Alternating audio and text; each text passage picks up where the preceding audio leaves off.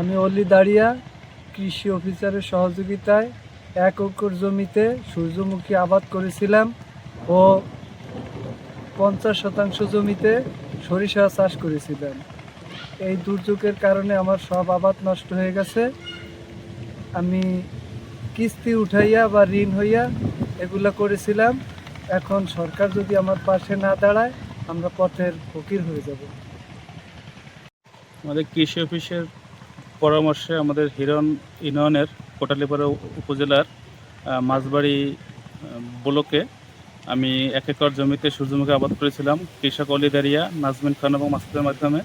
আজকে শিলাবৃষ্টির কারণে প্রায় 50% ফসল নষ্ট হয়ে গেছে। এখন কৃষকের তো মাথায় হাত, তারা কান্নাকাটি করতেছে। এখন আমি আমার ঊর্ধ্বতন কর্তৃপক্ষকে বলবো আমাদের কৃষকদের কিছু করার জন্য, এবং আমরা সর্বক্ষণে তাদের পাশে আছি। ধন্যবাদ।